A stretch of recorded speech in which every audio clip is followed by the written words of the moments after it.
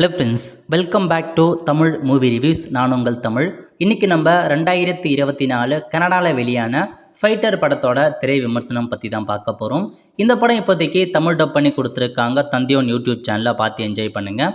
இந்த படத்தோட short story என்ன அப்படின்னு பார்த்தீங்கன்னா, நம்ம ஹீரோ பார்த்தோம் ரொம்ப சின்ன வயசுலேயே காமிக்கிறாங்க. சின்ன வயசில் ஒரு தாத்தா என்ன பண்ணுறாரு அப்படின்னா, ஒரு 3 நாயை கூட்டிகிட்டு அவர் மேலே பார்த்தா ஏதோ மாமேஸ் மாரி தடவி விடுவார். அந்த நாய்கிட்ட நீ காப்பாற்றணும், நீ போராடி நீ வெளியே வா, அதான் ஒரு ஃபைட்டருக்கான திறமன்ற மாதிரி காமிச்சாரு. அந்த பையனை பார்த்தா அந்த நாய்கிட்ட போகிறேன் நான் அந்த 3 நாயுமே பார்த்தா அடக்கி வச்சுருவாங்க. இதான் ஸ்டார்டிங்லேயே கொண்டு போயிருப்பாங்க. அதுக்கப்புறம் நம்ம ஹீரோ இருக்கார். ஹீரோ பார்த்தோம் ஒரு ஃபைட்டராக இருக்கார். அவர் நிறையா பிளாக் ரெடி பண்ணுவார். பிளாக் போட்ட ஒரு ஆள். அவங்க அம்மா பார்த்தா கலெக்டரேட்டாக இருப்பாங்க. அவங்க அம்மா கலெக்டராக நிறையா பிரச்சனைகளை வருது. ஹீரோ அதை சால்வ் பண்ணுறாரு. சண்டைலாம் போட்டு சால்வ் பண்ணுறாரு. நம்ம ஹீரோக்கு ஒரு லவர் இருப்பாங்க. அவங்களும் கொஞ்சம் ரொமான்ஸ்லாம் போகும். ஃபஸ்ட் ஹாஃப் வரைக்கும் அந்த மாதிரி தான் கதைக்காலம் போயிட்டுருக்கு. ஃபஸ்ட் ஹாஃப் பொறுத்த வரைக்கும் ஓவர் பில்டப்புங்க.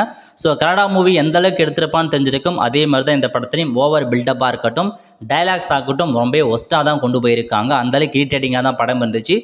போக போக என்ன ஆகுதுன்னு பார்த்தா, ஒரு கட்டத்தில் நம்ம ஹீரோ ஒரு நபர் கொல்ல சொல்கிறாங்க ஹீரோயினை. ஹீரோ தைரியமாக பார்த்தா ஹீரோயின் சுட்டுறாரு. அது எதுக்காக சுட்டாரா அப்படின்றதுலாம் கதைகளும் பின்னாடி தான் போகுது. ஒரு கட்டத்தில் அவங்க அம்மா பார்த்தா கடத்தி வச்சுறாங்க. கடத்தி வச்சுக்கிட்டு பிளாக்மெயில் பண்ணுறாங்க. நான் சொல்கிற நபரை நீங்கள் கடத்திட்டு வரணும் மாதிரி பிளாக்மெயில் பண்ணுறாங்க. அவரும் பார்த்தா ஒரு கிராமத்துக்கு போயிட்டு அந்த நம்பரை கடத்துறதுக்கு முயற்சிக்கிறார். அந்த இடத்துல ஒரு சில காமெடி ஒர்க் அவுட் ஆகுது. இந்த மாதிரி போயிட்டுருக்கு கதைக்களம். எதுக்காக கடத்தினாரு, அவங்க அம்மாவை ஏன் கடத்தினாங்க, எதுக்காக கடத்தினாங்க, அதுக்கான ஃப்ளாஷ்பேக்கும் போகுது. இதாங்க மொத்த ஸ்டோரி. கண்டிப்பாக ஓரளவுக்கு ஒரு டீசென்ட் வாட்சல் மூவி தான். நல்லா தாங்க ஸ்டோரி நல்லா இருந்துச்சு. பட் இருந்தாலும் அவங்க கொடுக்குற பில்டப்பு டைலாக்ஸ்லாம் ரொம்ப இரிட்டேட்டிங்காக இருந்துச்சு. அதனாலே இந்த படம் ஓடலையே என்னவோ, ஏன்னா அந்தளவுக்கு தான் கொண்டு போயிருக்காங்க.